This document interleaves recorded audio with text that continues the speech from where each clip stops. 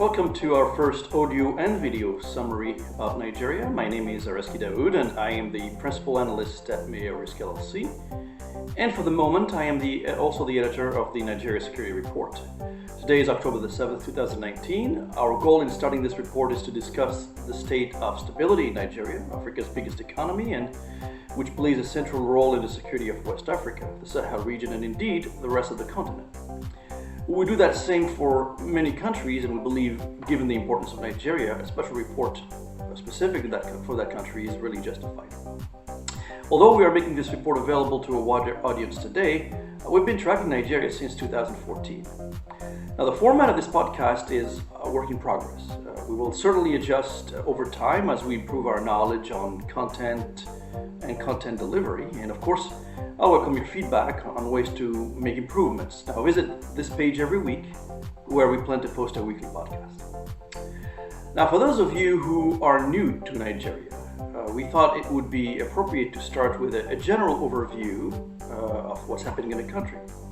The country is obviously a fascinating place. It has a rich cultural heritage that the Nigerians should be proud of. But as in many nations, perhaps as in all nations across the continent, the country is also facing unprecedented challenges, which I'm going to try to summarize as follows.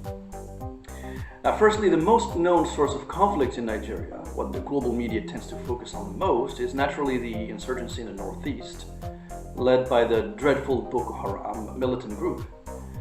Boko Haram aligned itself to the Islamic State group, at least a faction of Boko Haram, and has been waging a violent war against Nigeria, with the populations of the northeast stretching actually to neighboring Niger, Chad, and Cameroon being often the primary targets of a campaign of absolute terror.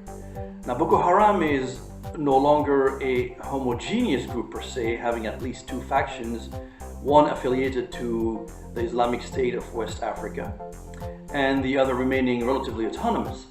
Now, the situation is creating rivalry on the ground that is naturally translating into more violence. The Nigerian government, for its part, has been seeking to respond to the Boko Haram threat, but it's doing so often in ways that are questioned and criticized by international human rights groups and even local human rights groups for the way the counter-terror war is being prosecuted. Now, a more recent flashpoint in Nigeria's security environment is the emergence of what I call mass banditry, which has largely affected the northwest of the country, as well to a certain extent the central state. Here again, the violence is significant and has been devastating entire regions, forcing populations to live in terror, if not flee to more secure places.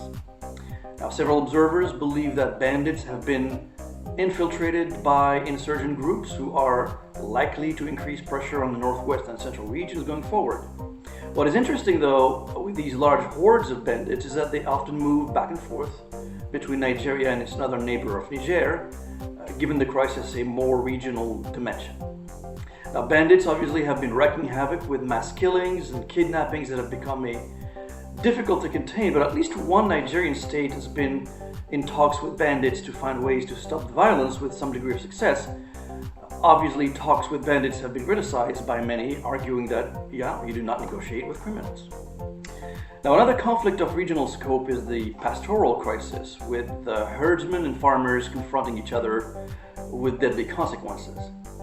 The conflict started as an economic conflict over the rights of nomadic herdsmen to graze their cattle on lands that are used by farmers for general agriculture. The conflict turned into an ethnic and religious crisis because the herdsmen are generally Hausa or mostly Fulani Muslims, while the farmers are generally Christians. The problem we are seeing now is that the herdsmen who are facing more hardship to graze their cattle in the north are naturally pushing southbound towards a much more Christian region, threatening a bigger confrontation. Now, in addition to these conflicts, Nigeria has the twin problems of the Biafra and the Shiites. In the Biafra case, some southern regions have long been calling for an independent state called Biafra. But the Nigerian government has been violently repressing those militants calling for a free state. As for the Shiite organization known as the Islamic Movement of Nigeria, its link with Iran has created a very difficult environment for its members to operate, and repression against them has been violent, to say the least. Now, the south of the country, there is also the dormant conflicts centered around post-social and economic development of oil-rich Niger Delta. Their insurgents, referred to as Niger Delta militants, have waged a war of sorts against the oil industry and the federal government by vandalizing pipelines and other acts of sabotage because of their accusation that the region has never received its fair share of the oil wealth. Well, the government of Nigeria has established a sort of amnesty program that eased the tension there, but never managed to completely extinguish the crisis, and so the tension can flare up anytime. There is clearly a slew of other problems that the country is confronted with, starting with the communal conflicts generally over land control or boundary controls, criminality in large urban settings and suburban settings in the south in particular is rampant, and naturally as a result of all of these issues, social environment has deteriorated with authorities unable to stem issues such as disease outbreaks, fix collapsing infrastructure, and so on and so forth. The economy is obviously the biggest in the continent. It's massive, but it has its own challenges, chief of which is Nigeria's heavy reliance on a volatile global oil market and widespread corruption that continue to undermine Nigeria's economic prospects. So this is generally an overview, and as we look forward to what's coming next, we will be sharing with you insights on a weekly basis on what happened during the week. And until then, thank you for listening.